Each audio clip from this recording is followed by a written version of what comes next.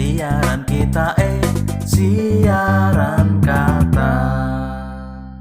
Siaran kata malam hari ini kita lanjut kepada sesi yang berikutnya. Kalau tadi hanya ada Mbak Murti, sekarang sudah kelihatan tadi kayaknya kehadiran Pak Camat ini.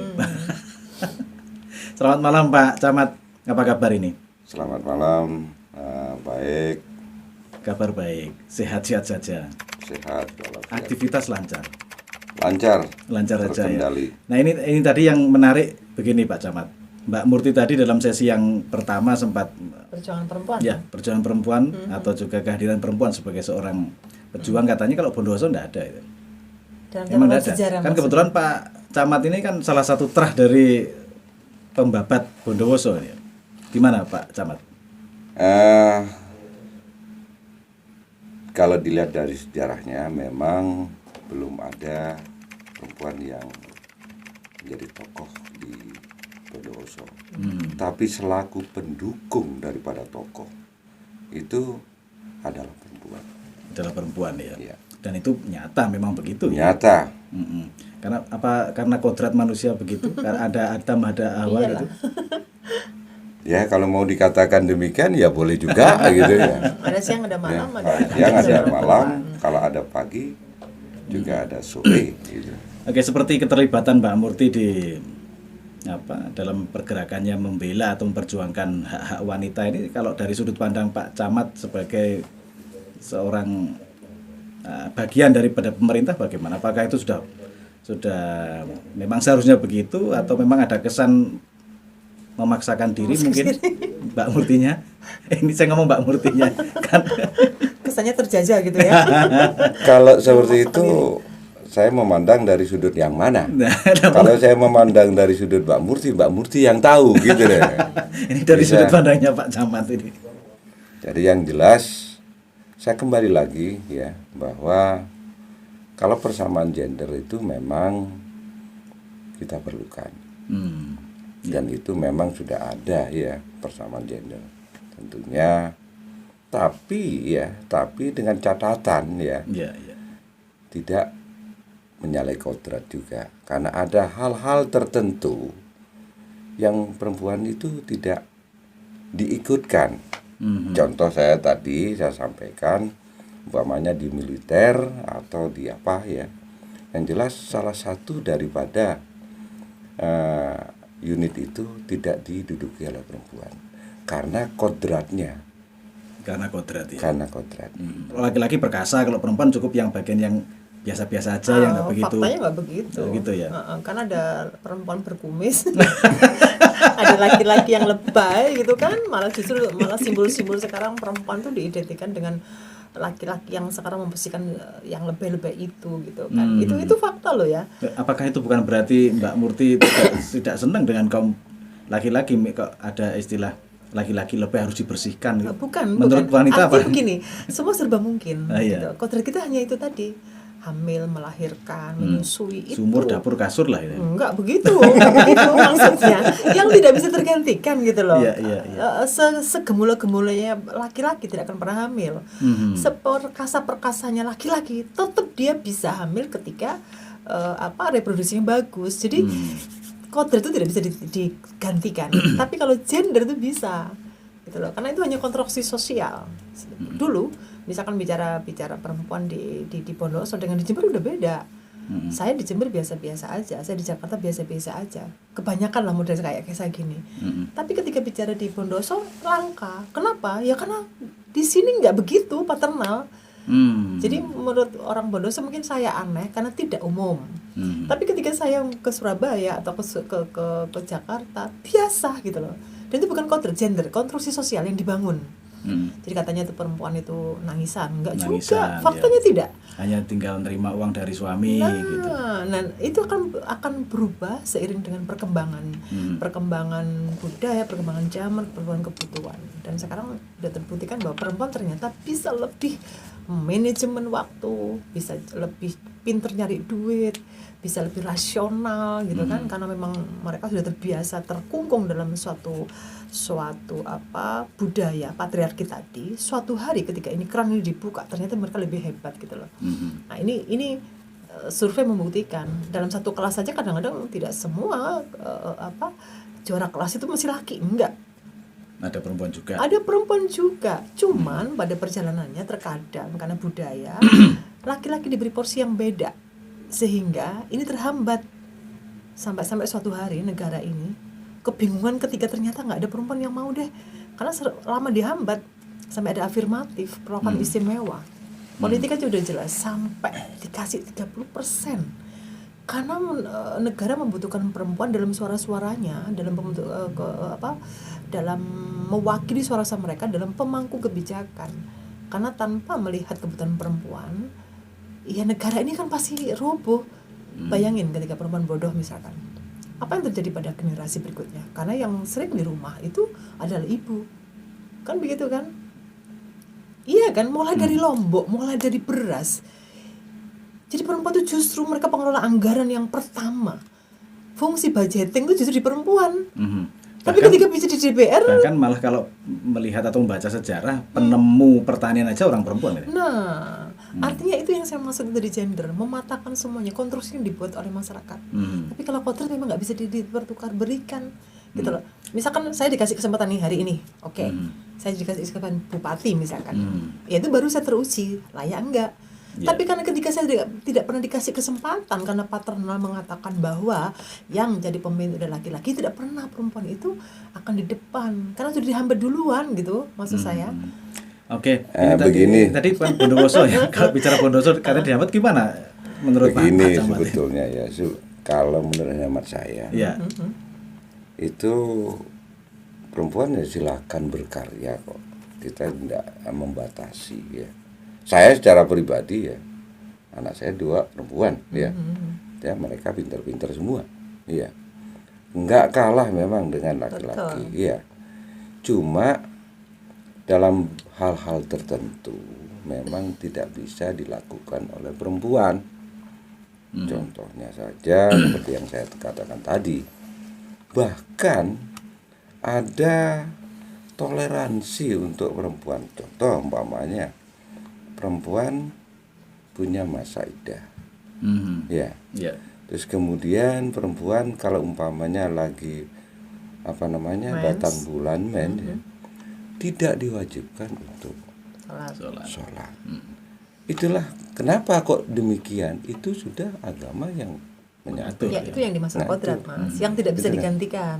Tidak bisa digantikan. Tapi kalau dalam bidang keilmuan, selama dia mampu, saya kira tidak ada masalah kok. Mau jadi bupati, mau jadi presiden, mau jadi perdana menteri, bahkan di sini mungkin ada pejabat-pejabat OPD ya yang dari perempuan banyak di sini ya. Cuma mungkin di sana saat ini Mbak Murti kesempatan yang belum ya. Kesempatan yang belum. Andai kan ada kesempatan nanti, kerannya sebetulnya dibuka kok untuk semuanya. Tapi setuju enggak dengan statementnya Mbak Murti tadi bahwa Bondowoso ini bisa dianggap kurang apa tadi? Kalau respon untuk gender. Kurang respon gender untuk perempuan? Saya kira tidak demikian juga Mbak Murti ya. Saya contohkan misalkan. Nah, saya tidak akan mengatakan demikian. Saya kira bisa juga ya perempuan itu beraktivitas, berkreasi. Iya, silakan. Mungkin yang saya maksud kalau pendapat pribadi ya siapapun yang akan ditanya pasti begitu. Tapi kita mencoba untuk cara pandang kita terhadap beberapa kebijakan itu aja. Jadi tidak respon gender itu adalah kita melihat hasil kebijakannya. Salah satunya contoh DRD. DRD itu 10-10-nya laki-laki. Padahal isu-isu yang ada di Bondowoso dan hampir di semuanya termasuk negara ini adalah itu tadi, kesenjangan, ketimpangan antara perempuan dan laki-laki. Kan gitu. Jadi kita punya AKI yang lumayan tinggi, kita punya AKB yang tinggi, angka kematian bayi, angka kematian ibu, pernikahan dini, perceraian tertinggi. Bayangin, ini kan rata-rata tuh yang paling tinggi gugat cerai, bukan gugat talak. Betapa perempuan dalam kondisi ini menderita gitu loh, sampai dia tuh terpaksa harus ini tadi. Kenapa? Ada ruang yang tidak pernah tersentuh dan ini perlu analisa, penelitian sehingga ini membantu pemerintah daerah dalam kebijakan-kebijakannya. Gitu maksud saya. Artinya kita kepengen bahwa itu jelas berbentuk kebijakan. Kalau pendapat pribadi ya nggak Tidak mungkin. begini Pak Murti, saya tidak underestimate ya masalah itu ya. Bukan hanya pendapat pribadi ya. Kalau dikatakan pendapat pribadi mungkin pendapat pribadi saya ya. Tapi yang jelas kalau umpamanya penentu kebijakan dan lain sebagainya tentunya kan sudah diolah ya. Artinya setiap keputusan itu kan berdasarkan musyawarah dan mufakat yang Nah, ada. ya oke. Satu ya. Yang kedua, Apalagi musyawarah memang dimajukan. tadi dikatakan bahwa banyak perceraian dan lain sebagainya. Ya. Itu kita perlu membina SDM yang ada. Memang ya, semua pendidikan diawali dari rumah tangga. Ya. Peran serta rumah tangga yang ada itu adalah perempuan, terutama kaum ibu. Bagaimana mendidik anak mulai masih kecil. Kalau bapak jarang aja ya. Tapi kalau si ibu mulai dia masih melahirkan, menyusui, sampai dia meningkat dewasa, itu peran daripada ibu. Padahal itu proyek bersama loh itu. Apakah itu juga ada kaitannya dengan kultur ya? Artinya dengan mungkin kalau misalnya kita bilang keturunan. Iya. Ini kan makanya sekalian ada Pak Camat ini yang salah satu dari keturunan yang punya Babat Bondowoso ini. Kalau saya melihat kira-kira begini, kulturnya seperti apa sebenarnya? Kok sampai Mbak Murti punya pendapat seperti itu bahwa perempuan kurang diberdayakan atau mungkin seperti saya apa pikir tadi? gini ya, kita fair ya. Kita melihat fakta aja deh. Bahwa faktanya seperti ini gitu ya. Contohnya begini, 45 DPRD itu 45 kursinya hanya 5 kan ya. 5 yang anggota DPRD ini berapa persen kan? Yeah. Itu isunya. DRD aja jelas 10 nggak ada perempuannya. Isu-isunya ini adalah perempuan semua yang berkaitan itu. Mana mungkin gitu. Logikanya kan begitu kan. Bagaimana DPR yang menjadi mitra ini, pemerintah daerah adalah bupati dan DPR, satu. Kedua, DRD itu juga membantu kebijakan-kebijakan pemerintah untuk memberikan solusi hasil dari penelitian dan sebagainya dari isu-isu yang ada. Komposisinya tidak mewakili. Sementara masalahnya adalah perempuan. Sehebat-hebatnya dokter kandungan yang laki-laki itu dia tidak akan pernah merasakan bagaimana hamil dan sakitnya melahirkan. Ini yang saya maksud. Itu kodrat Mbak Murti. Nah, artinya begini, kuota perempuan menjadi penting untuk memahami betul gitu loh. Itu aja. Tapi bukankah yang terjadi di alam ini, di dunia ini kan tetap laki-laki menjadi kepala keluarga. Kalau ketika misalnya ini hanya pendapat saya. Ya karena masalah kalau indikator Murti, kepala keluarga ya, apa? Ya, artinya apakah begini. Gajinya? Apakah artinya ketika misalnya berbicara tentang kepentingan perempuan, segala hal yang bisa oleh perempuan, tapi ternyata ada di dalam lingkup rumah tangga ini tetap perempuan menjadi orang, anggaplah wakilnya, tetap menjadi wakil dan ketuanya tetap suami. Nah, artinya kan berarti suami juga tahu apa yang dibutuhkan oleh perempuan, apa yang dibutuhkan oleh, anggaplah keluarga ini adalah negara kecilnya gitu. Ya, ini yang saya maksud kesetaraan gender. Jadi kesetaraan gender itu setara itu posisi. Persoalan kemampuan ya kita lihat tidak mesti kepala keluarga yang ada di faktanya itu belum tentu juga lebih dari istrinya. Dilihat dari mana dulu, apa kekuatannya, apa gajinya.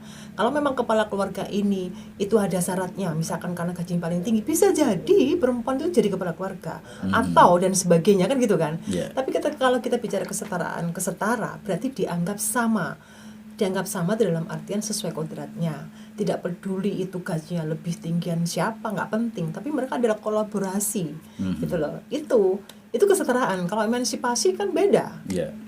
Ini berarti lebih kepada rasa ingin pendapat atau berontak. Loh, itu memang harus seperti itu ideal. Kalau saya melihat itu agak berontak Mbak Murti gitu loh. Kami berontak karena memang faktanya tidak mengakomodir itu gitu loh. Ya, yang jelas begini Mbak Murti ya antara kodrat ya dengan yang disampaikan tadi dengan Mbak Murti. Ini kan memang ada, pertama kalau kodrat itu tidak bisa diganti sudah ya. Tidak ada yang namanya nabi itu perempuan ya. Mesti laki-laki. Kenapa kok begitu? Tanya pada Tuhan kan gitu ya. Nah, kalau umpamanya masalah kemampuan, saya kira dibuka semua kerannya Mbak Murti. Ya. Atau bisa jadi Mbak Murti yang enggak memanfaatkan keran, bisa jadi. Ah, bisa jadi kamu tidak benar. Iya betul. Loh, kok mau jadi? Saya mau ngomong nih. Tidak, misalnya saya tanggapi seperti itu. Jangan-jangan Mbak Murti yang tidak memanfaatkan keran itu, padahal keran sudah dibuka. Mungkin begitu. Saya pikir Kira-kira sampai gimana? hari ini saya tidak diem. Jadi artinya begini loh. Kami tidak akan pernah berhenti. Kami gitu ya, baik secara pribadi maupun Lembaga, tidak akan pernah berhenti gitu, karena memang fokus kita dari awal itu. Jadi kalau kami Edelweiss berpikir bahwa ini adalah kesadaran untuk melakukan sesuatu supaya kami suatu hari itu dalam kedudukan setara dalam kondisi sosial, misalkan bahwa kami itu nggak ada bedanya lu sama gue nih, beda kita pada alat kelamin kan gitu aja kan. Loh, benar. Nah ini kan orang ngomong alat kelamin udah padahal itu bukan porno gitu kan. Ini sebenarnya nggak respon gender juga, makanya kan akhirnya tabu kita ngomong seperti itu, padahal enggak. Sama dengan kita Siaran kita siaran kata.